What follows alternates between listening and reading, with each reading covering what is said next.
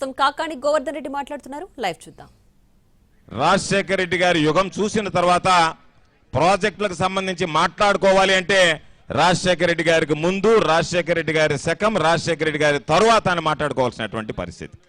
అటువంటి నేపథ్యంలో సోమశిల జలాశయానికి సంబంధించి 78 టీఎంసీల సామర్థ్యం ఉన్నటువంటి సోమశిల జలాశయంలో కనీసం 36 టీఎంసీలు చంద్రబాబు నాయుడు నిలుపలేకపోయాడు.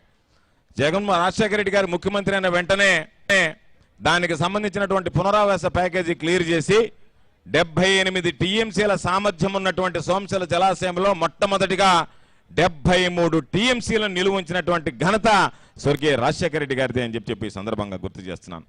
ఆ తర్వాత పెన్నార్ డెల్టా మోడరైజేషన్ కోసం అడిగితే ఆయన సంగం బ్యారేజ్, నెల్లూరు బ్యారేజీలకు సంబంధించి ఆ రోజుల్లో ఆయన పునాది వేస్తే ఆయన రెక్కల కష్టం మీద వచ్చినటువంటి కాంగ్రెస్ ప్రభుత్వం కానీ, ఆ తర్వాత వచ్చినటువంటి తెలుగుదేశం ప్రభుత్వం కానీ ఎక్కడా పట్టించుకున్నటువంటి దాఖలాలు లేకపోతే మరలా తిరిగి మన నాయకుడు జగన్మోహన్ రెడ్డి గారు ముఖ్యమంత్రి అయిన తర్వాత కరోనా కష్టకాలంలో కూడా పనులు పూర్తి చేసి 2022వ సంవత్సరంలో దానిని రైతులకు అంకితం చేసినటువంటి ఘనత మన నాయకుడు జగన్మోహన్ రెడ్డి గారిది అని చెప్పి ఈ సందర్భంగా గుర్తు చేస్తున్నాను. కాబట్టి అటువంటి పరిస్థితుల్లో నెల్లూరు జిల్లాకు సంబంధించి రాయలసీమ లిఫ్ట్తో ఎనలేనటువంటి అవసరాలు ఉన్నాయి.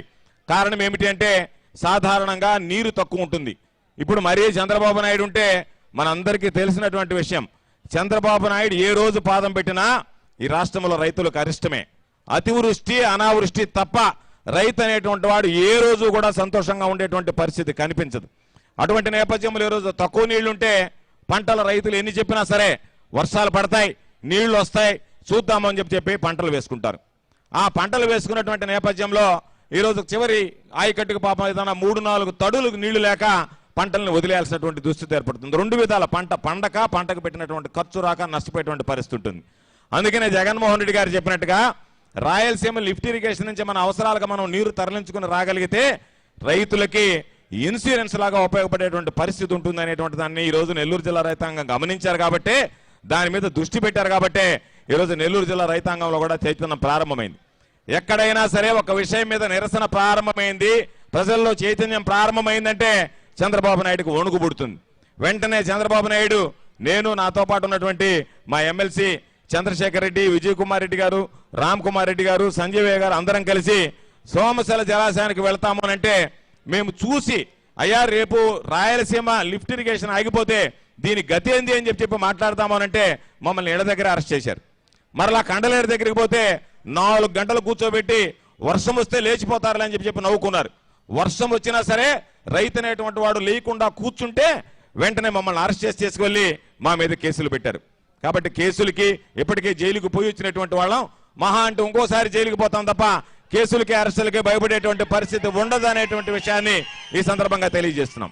అయితే ఈ రోజు అందరం అడిగేది ఒకే ఒక విషయం, చంద్రబాబు నాయుడు ఎందుకో డొంక తిరుగుడు మాటలన్నీ మాట్లాడుతున్నాడు. ఈ రోజు తెలంగాణ ముఖ్యమంత్రిగా ఉన్నటువంటి రేవంత్ రెడ్డి తెలంగాణ అసెంబ్లీలో ఓ స్పష్టమైనటువంటి ప్రకటన చేశాడు. నేను వెళ్లి కోరిన మీదట రాయలసీమ లిఫ్ట్ ఇరిగేషన్ విషయంలో చంద్రబాబు నాయుడు గారు నేను ఇండోర్ మీటింగ్ లో మాట్లాడిన తర్వాత, అంటే రహస్య సమావేశం ఏర్పాటు చేసుకుని మాట్లాడిన తర్వాత ఈ రోజు దాన్ని నిలిపివేశాడు అని చెప్పి చెప్తున్నాడు.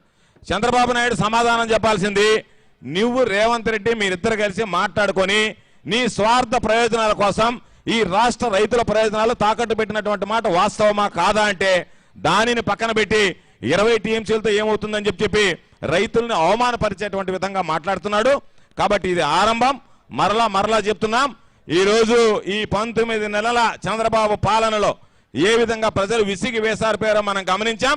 ఏ రోజు జమిలీ ఎన్నికలు వస్తాయా, సాధారణ ఎన్నికలు వస్తాయా, ఏ రోజు ఈ రాష్ట్రంలో ఎన్నికలు వచ్చినా సరే సూర్యుడు తూర్పున ఉదయిస్తాడు, పడమట అస్తమిస్తాడనేటువంటిది ఎంత వాస్తవమో వైఎస్ఆర్ కాంగ్రెస్ పార్టీ తిరిగి అధికారంలోకి రావడం, జగన్మోహన్ రెడ్డి గారి తిరిగి ముఖ్యమంత్రి కావడం ఖాయమనేటువంటి విషయాన్ని ఈ సందర్భంగా మనవి చేస్తూ, ఈరోజు అనేక రకాలైనటువంటి ఇబ్బందులు పెట్టిన పోలీసులు అన్ని విధాలా కూడా ఈరోజు వీటికి సంబంధించినటువంటి అనుమతులు నిన్న సాయంకాలం వరకు వస్తామా రాలేమా అనేటువంటి ఆందోళనలో ఉన్నా సరే చివరి నిమిషంలో ఇచ్చినా సరే దీనికి సంబంధించినటువంటి ఏర్పాట్లు పూర్తి చేసి ఇంత పెద్ద ఎత్తున తరలి వచ్చినటువంటి రైతాంగ సోదరులందరికీ పేరు పేరున చేతులు జోడించి హృదయపూర్వకమైనటువంటి ధన్యవాదాలు తెలియజేస్తూ ఈరోజు మనం పోరాటం ప్రారంభించాం. ఈ పోరాటం కొనసాగుతుంది.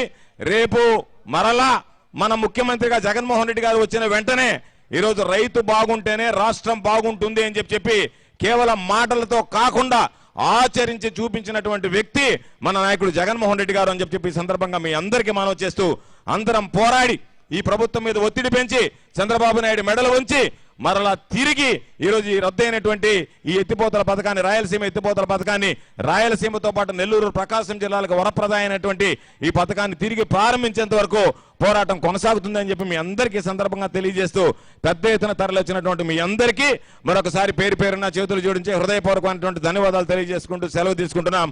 జై హింద్, జోహార్ వైఎస్ఆర్, జై జగన్. శిల్పా చక్రపాణి రెడ్డి గారిని మాట్లాడవలసిందిగా కోరడమని.